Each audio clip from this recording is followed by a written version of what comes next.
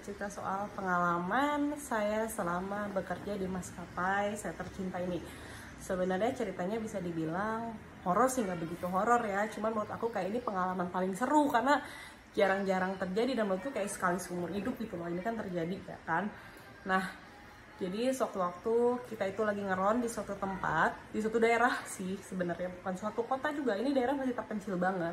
Nah, berhubung hotel langganan kita yang biasanya tempat kru itu menghuni lagi penuh dikarenakan harinya ulang tahun dari daerah tersebut, semuanya dipakai sama perda dan sebagainya, dan kayak kita terusir lah kita. Oke, dan kita mendapatkan hotel yang bisa dibilang masih sangat terpencil. Sebenarnya hotelnya bagus, reviewnya juga udah aku baca kok. Kalau menurut orang-orang asing di sana suka ya. Emang iya, setelah kita sampai di sana kita lihat kayak yang ada kebun langsung pantai. Jadi lu dari kamar tuh kayak buka pintu langsung pantai. Menurut aku sih itu seru banget buat aku yang pecinta pantai. Nah, tempatnya itu bangunannya seperti bungalau. Ada 3 bungalau. 1, 2, 3. Setelah kita review semua, kita memutuskan memakai 2 bungalau, sebelah kiri dan sebelah kanan. Tiap bungalau ada 2 kamar, dan itu ada di lantai 2 semuanya. Di lantai bawah itu kosong, nggak ada apa-apa. Oke, setelah kita sampai di bungalau di lantai atas, aku memutuskan untuk mencuci muka aku. Berhubung mata aku ini minus, jadi yang pertama kali aku lakukan adalah membuka softland. Setelah aku ngebuka softland, terus aku cuci muka. Nah, aku tuh punya kebiasaan kalau cuci muka itu nggak diem. Emang aku anaknya nggak bisa diem kali ya, jadi kayak aku cuci mukanya sambil bergerak gitu, duduk gitu kan. Nah, posisi kamarnya ini lucu.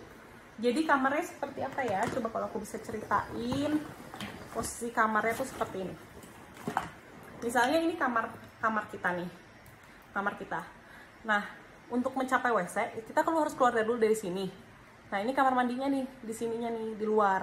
Nah, ini kebon, ini kloset, ini shower, dan ini wastafel. Jadi kalau gue mau cuci muka, otomatis gue harus melewati 2 tempat ini kan. Pas aku lagi cuci muka tanpa kacamata itu, aku ngelewatin si kloset. Nah, pas aku lagi ngelewatin si kloset itu, aku ngeliat kain putih jatuh. Itu panjang menjuntai dari atas langit-langit sampai ke bawah gitu kan. Langsung aku teriak, bukan takut teriak itu Mrs. K, enggak. Aku tuh teriak karena aku bilang doang kalau di kamar tuh emang udah bobrok banget gitu loh, udah rusak sampai kain putih jatuh. Sis, ada kain putih jatuh, gue teriak gitu ke temen sekamar gue. Nah, gue lanjutin tuh cuci mukanya tuh.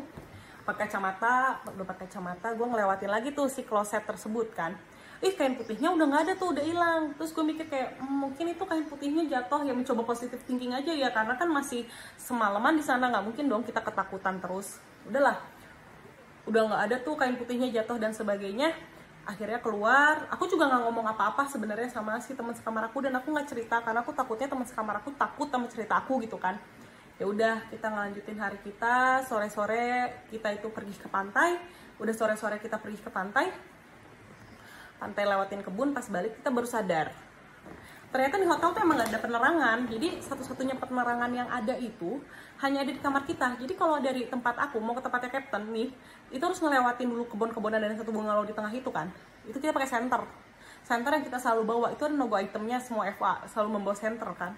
Nah, udah kita pakai senter ke kamar Captain, ngumpul di sana semuanya karena takut gitu kan. Ngumpul di sana, untung bala bantuan datang. Bala bantuan datangnya inisiatif banget. Kenapa gue bilang inisiatif?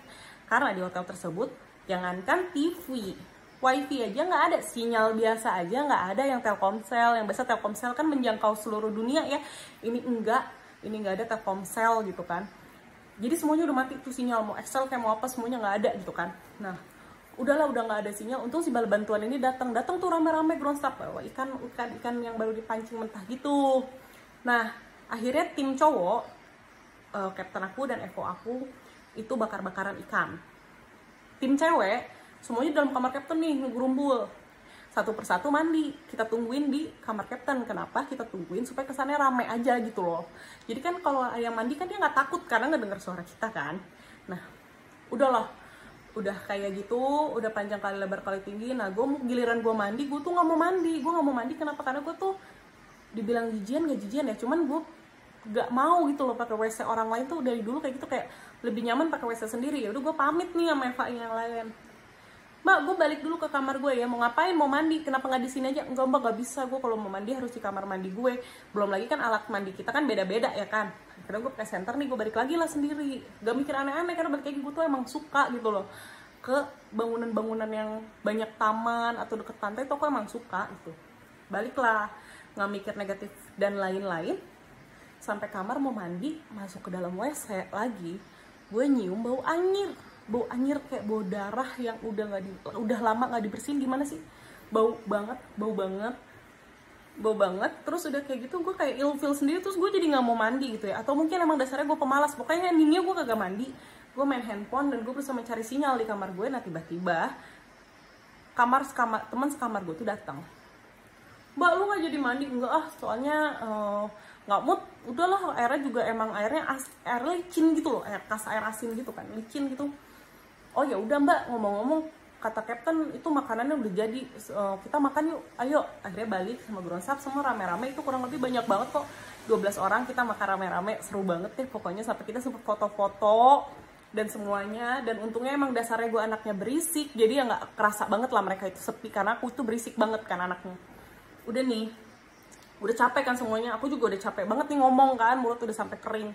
Nah baliklah kita ke kamar masing-masing, karena besok juga rutenya kan nggak siang, pagi. Jadi balik ke kamar masing-masing. Udah balik ke kamar masing-masing, terus biasa aja, nggak ada yang aneh-aneh. Kita emang sengaja nggak pakai kelambunya, walaupun di kamar tersebut ada kelambunya, karena kelambunya udah debu banget. Dan kebetulan antar kamar aku dan kamar sebelah itu hanya ditutupi oleh triplek kayu, yang dimana aku bisa ngedenger nih aktivitas FO aku di sebelah.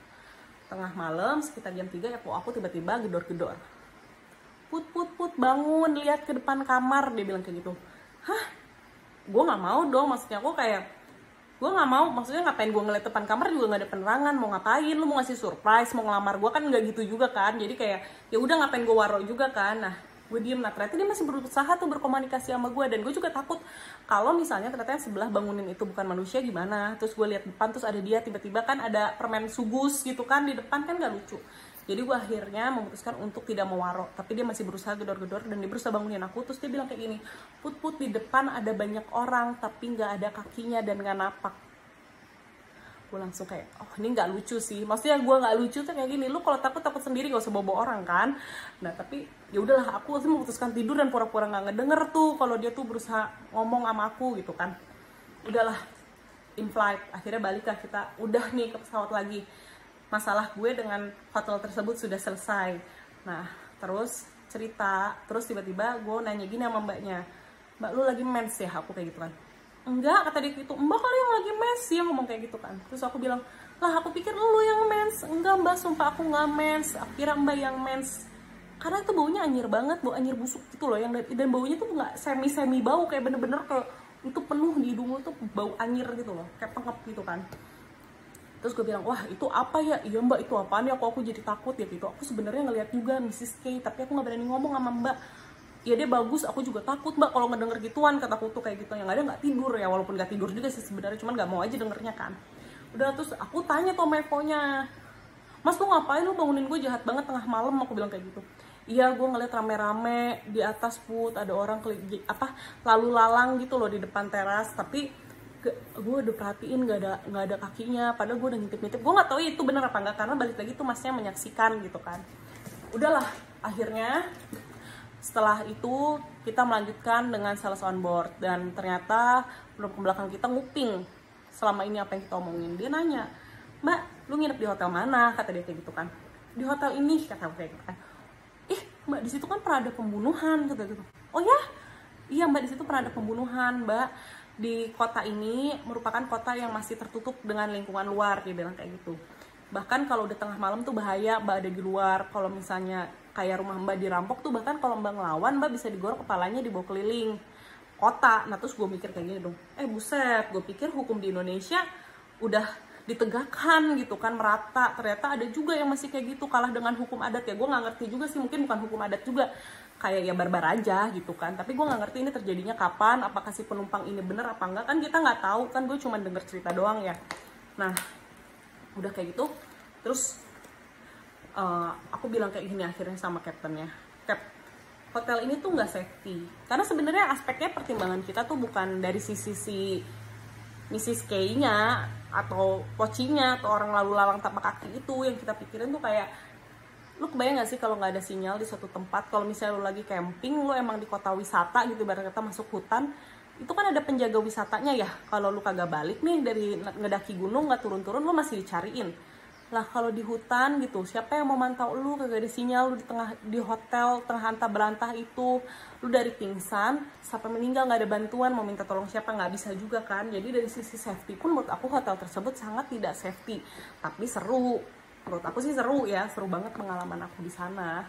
Dan itu kayak jarang-jarang sih aku kalau sering banget jalan sama kru gitu kan, tapi nggak pernah ngalamin yang sampai bakar api unggun, terus bakar ikan, terus yang namanya gue rasa tuh makan bareng-bareng di teras yang masih banyak laronnya gitu loh. Kayak itu seru banget sih. Kalau misalnya aku bisa ngulang waktu, aku masih mau gitu mengalami hal-hal tersebut gitu kan. Ya, sekian dari cerita dari saya. Semoga menghibur kalian semua yang ada di rumah, yang lagi di lockdown atau mengisolasi diri sendiri di dalam rumah. Dan untuk para FA yang belum terbang, tetap semangat. Badai pasti berlalu, kita pasti terbang kembali. Semoga amin, tetap sehat dan tetap berdoa.